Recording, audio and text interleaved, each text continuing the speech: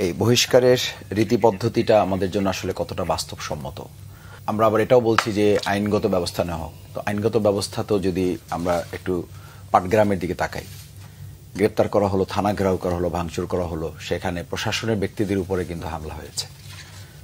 তো প্রশাসন যদি এমন হয় যে তারা চাঁদাবাজদের গ্রেপ্তার করে নিয়ে যাওয়ার পর থানা ঘেরাও হবে, প্রশাসনের কর্তা ব্যক্তিদের উপরে হামলা হবে এবং তার পরবর্তীতে কিন্তু সেখানে আবার আইনগত পদক্ষেপ নিতে হয়েছে। আমাদের গ্রামে বা থানাগুলোতে টিউনো, সিডিসি, এসপি যারা আছেন তারা বলেন মাঝে মধ্যে যে ভাই এদের চাপে, মানে আমরা যে একজনকে ধরবো, ধরে নিয়ে এসে থানায় আসার আগে গিয়ে দেখি যে ওখানে তদবির কারকরা বসে আছেন এবং তাদের মানে অত্যাচারে বা তাদের প্রেসারে আমরা আসলে এই কাজগুলোতে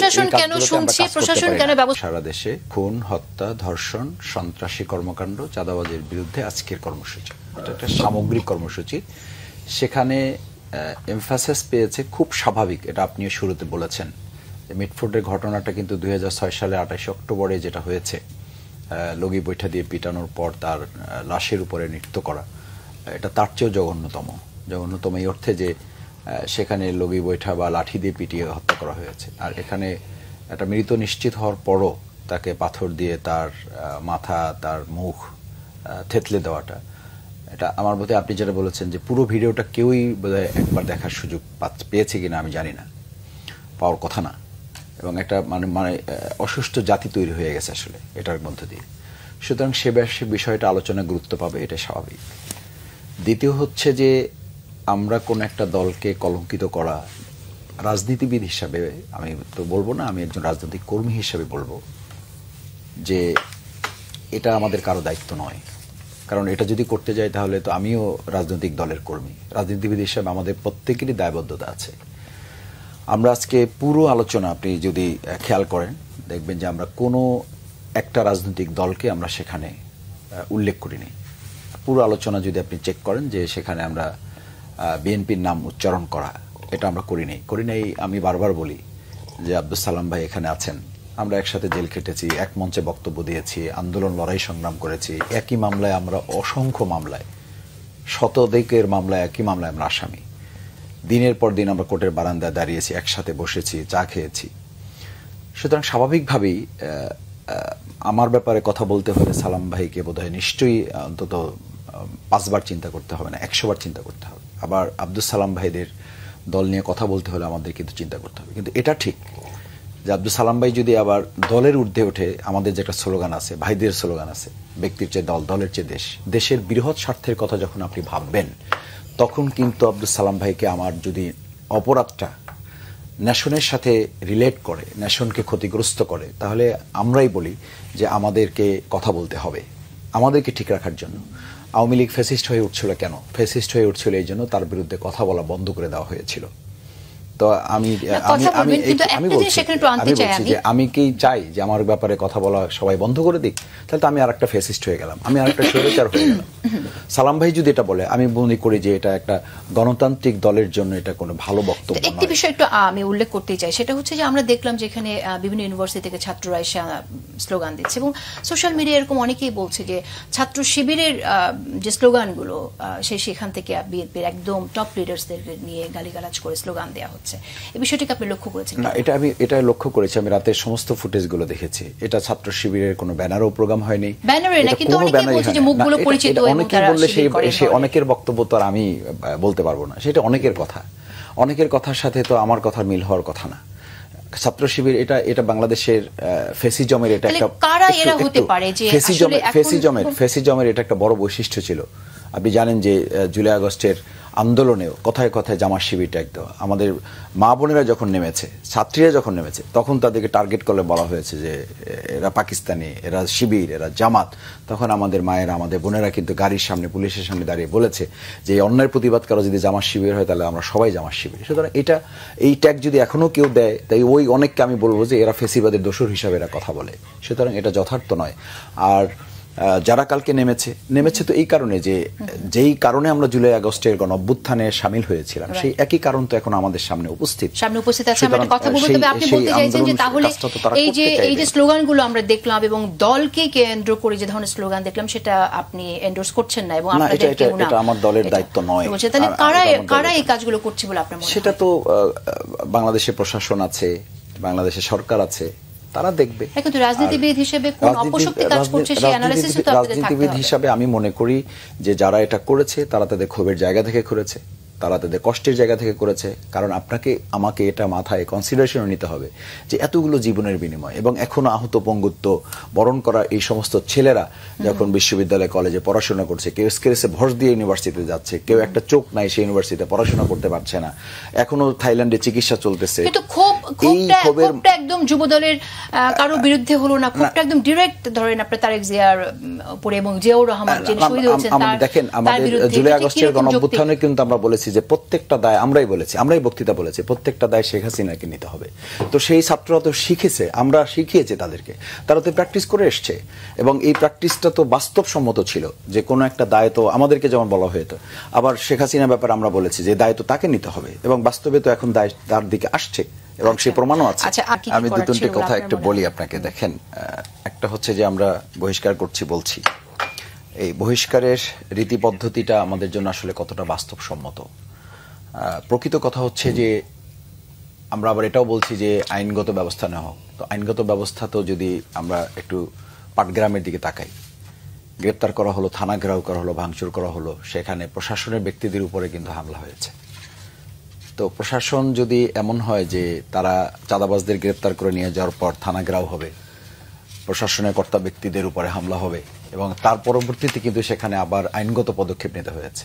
এবং আমি আপনাদের এখানে আগের একটা টকশোতে বলেছিলাম যে আমাদের গ্রামে বা থানাগুলোতে টিউনো, ওসি, ডিসি, এসপি যারা আছেন তারা বলেন মাঝে মধ্যে যে ভাই এদের চাপে মানে আমরা যে একজনকে ধরে নিয়ে এসে থানায় আসার আগে গিয়ে দেখি যে ওখানে তদবির কারকরা বসে আছেন এবং তাদের মানে অত্যাচারে বা তাদের প্রেসারে আমরা আসলে এই কাজগুলো প্রশাসন কেন শুনছে, প্রশাসন কেন ব্যবস্থা নিচ্ছে না সেই প্রশ্ন আমি আপনার কাছে আসবো। তবে এটা ছোট্ট ব্রেকে যেতে হচ্ছে। আমরা এই তিনটা প্রসঙ্গে আজকে তুলেছি। 9 তারিখের ঘটনা, আজকে 12 তারিখে এসে কেন আলোচনা আসলো, এটা এই প্রসঙ্গে আমি আসলে এটা বলা প্রয়োজন মনে করছি যে যুবদলের যিনি দায়িত্বে আছেন তিনি পরিবারের সাথে একটা ভিডিও এখন পাওয়া যাচ্ছে যে পরিবারের কাছে টাকা দেওয়া হচ্ছে, তাদেরকে বোঝানোর চেষ্টা করা হচ্ছে। আবার আপনি বলছিলেন যে প্রশাসন বলেছে এটা চাঁদাবাজির ঘটনা না, এটা একটা দ্বন্দ্ব ব্যবসায়ী, কিন্তু তার ছোট বাচ্চা এবং তার মেয়ে কিন্তু পরিষ্কার বক্তব্য, এবং এখানে আপনি আপনাদের বাংলা ভিশনেরই একটা রিপোর্ট এখানে আছে, আপনি নিশ্চয়ই খেয়াল করেছেন। এখানে কিন্তু পরিষ্কার বলা হয়েছে যে তারা বলছে যে আমার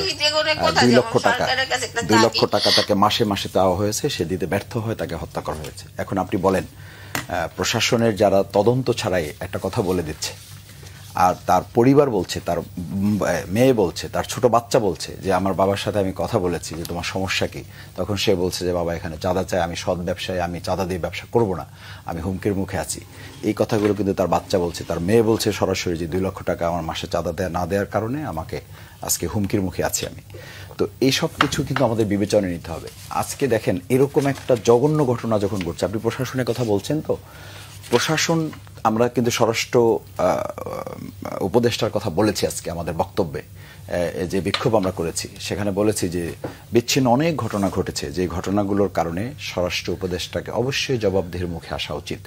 এবং আজকেও যদি আপনি ধরেন যে মির্জা ফখরুল ইসলাম আলমগীর সাহেবের ওনার এলাকায়, সেখানে ওনাদের কাউন্সিলকে কেন্দ্র করে তার ভাইয়ের গাড়ি ভাঙচুর হলো, সেখানে শুধু হাতাহাতি না মারামারি সংঘর্ষ হয়েছে এবং তাকে হেনস্থা করা হয়েছে।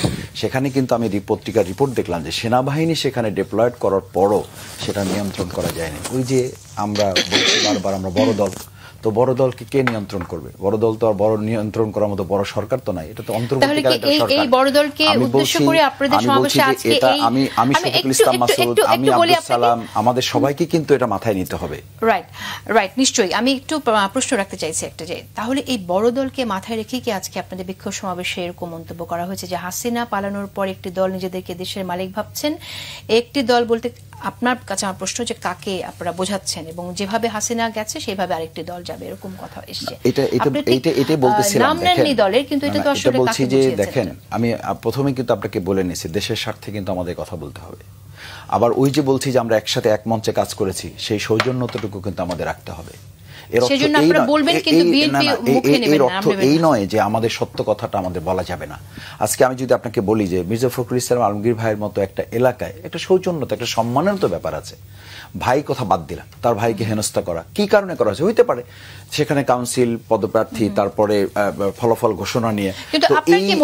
আমি বলছি যে দেখেন, একটা দলের যখন এই পরিস্থিতি হয়, তাহলে আপনি যখন জাতীয় নির্বাচন হবে তখন প্রত্যেকটা কেন্দ্র পাহারা দেওয়ার জন্য কিন্তু সব জায়গায় এরকম শত শত সেনাবাহিনী, শত শত পুলিশ, শত শত র্যাবকে আপনি সেখানে ডিপ্লয় করতে পারবেন যদি জনগণ এবং রাজনৈতিক দল তার জায়গা থেকে সচেতন এবং সংস্কার না হয়। পলিটিক্যাল কালচারে আমরা কি কোনো আসলে রিফরমেশন নিয়ে আসতে পারছি?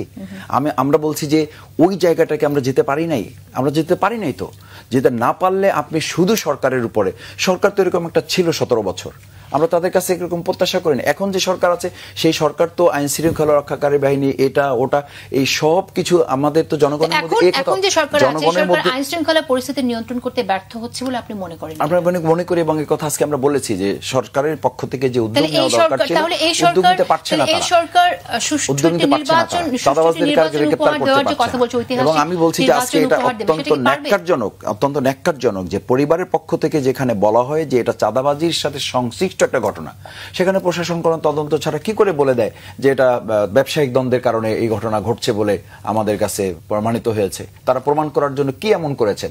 যদি এই কাজ তারা করতে পারেন তাহলে তো এটা ঠিক যে 100 গজ দূরে তাদের একটা আনসার বাহিনী ক্যাম্প আছে, তারা কেন 3 দিন পরে পত্রিকা আসার পরে তারা নড়ে চড়ে বসলেন? এই কথার প্রেক্ষিতে তো প্রশাসনকে জবাবদিহি করতে হবে, এই কথার প্রেক্ষিতে রাজনৈতিক দলকেও জবাবদিহি করতে হবে। আমি বললাম যে আমি যুবদলের যে সভাপতি গিয়েছেন, টাকার প্যাকেট দিচ্ছেন, তারা নিতে চাচ্ছেন না, তাদেরকে বোঝানো হচ্ছে আমরা দায় দায়িত্ব নিচ্ছি, তারেক রহমান সাহেব আমাদেরকে পাঠিয়েছেন। এই জায়গাগুলো তো জনগণের মধ্যে উদ্বেগ তৈরি করে। বিএনপির কোনো সন্ত্রাসী, চাঁদাবাজ, পাথর মারা দলের সাথে জোট করবে না, এরকম একটি তথ্য আমার কাছে এসছে। আমি জানতে চাইছি যে বিএনপি কি পাথর মারা দল? দেখেন, রাজনীতিতে একটা বক্তব্যের একটা লাইন ধরে আপনি তো আলোচনা করলে সেই আলোচনাটাকে ফলপ্রসূ বলতে পারবেন না। আপনি একটু বল খুলে। আমি বলছি এই কারণে যে জামাত কিন্তু এই কথা বলার আগেই জনাব সালাউদ্দিন সাহেব খুব আয়েশ করেই বলেছেন একটা দলকে তো ওনার মেনশন করার দরকার নাই, জামাত তো কারোর সাথে জোট করার জন্য দ্বারস্থ হয়ে বসে নাই। তো সুতরাং এটা একটা তুচ্ছ-তাচ্ছিল্যতা আর কি। জামাত তো আহ্বান জানে নাই, কোথাও তো আমরা বলি নাই, কারোর কাছে তো আবদার করি নাই যে আমাদেরকে কোনো একটা জোটে আপনি নেন। সুতরাং কেন জামাতকে উল্লেখ করে এই কথা বলা হবে? এই কথা বলার প্রেক্ষিতে জামাতের দায়িত্ব হচ্ছে যে একটা দলকে যখন আপনি মেনশন করে তুচ্ছ-তাচ্ছিল্য করেন, কোন জোট হবে কোন জোট হবে না সেটা তো সেই দলের ব্যাপার। আপনি নেবেন না এটা আগেই আপনি বলে দেন, আপনি নেবেন না, আপনাকে কেউ দরখাস্ত করছে যে আমাকে নেন, আপনি এটার প্রেক্ষিতে আপনি বলবেন যে আমরা অমুককে নিব না, আপনাকে তো কেউ দরখাস্ত করে নাই যে আমাকে আপনি নেন। এই কথা প্রসঙ্গ আসছে কেন? কোনো আলোচনা হয়নি।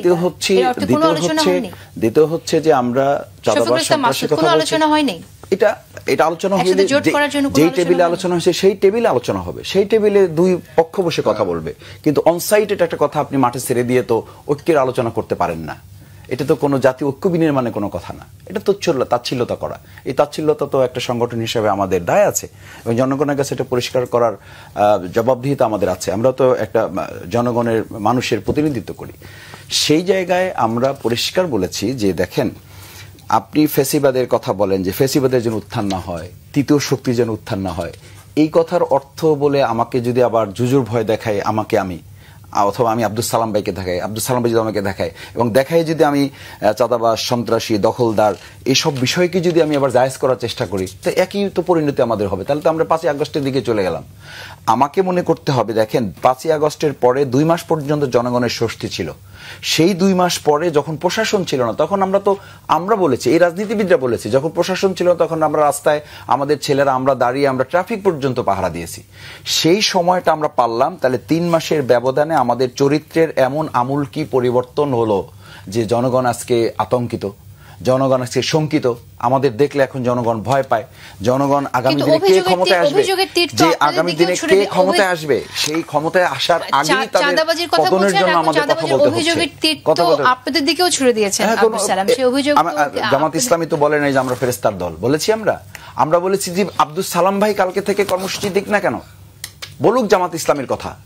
আমি শফিকুল ইসলাম মাসুদ আমার কথা বলুক যে শফিকুল ইসলাম মাসুদ চাঁদাবাজি করতেছে, জামাত ইসলামের অমুক ইউনিট, আমরা তো এই কথাই আজকে বলেছি, আমি আমার বক্তব্য বলেছি বাইতুল মুকাররমের উত্তর গেটে যে বিএনপি বড় দল, বিএনপির এই ব্যাপারে বড় ভূমিকা থাকতে হবে, কিন্তু আমরা এক নির্বাচন করতে গিয়ে আমরা এই চাঁদাবাজের কথা বলতে পারি না, আমরা এই দখলদারিত্বের কথা বলতে পারি না। আমরা একটা কথা বলতেছি যে শুধু নির্বাচন হলে সব সমস্যা সমাধান হবে।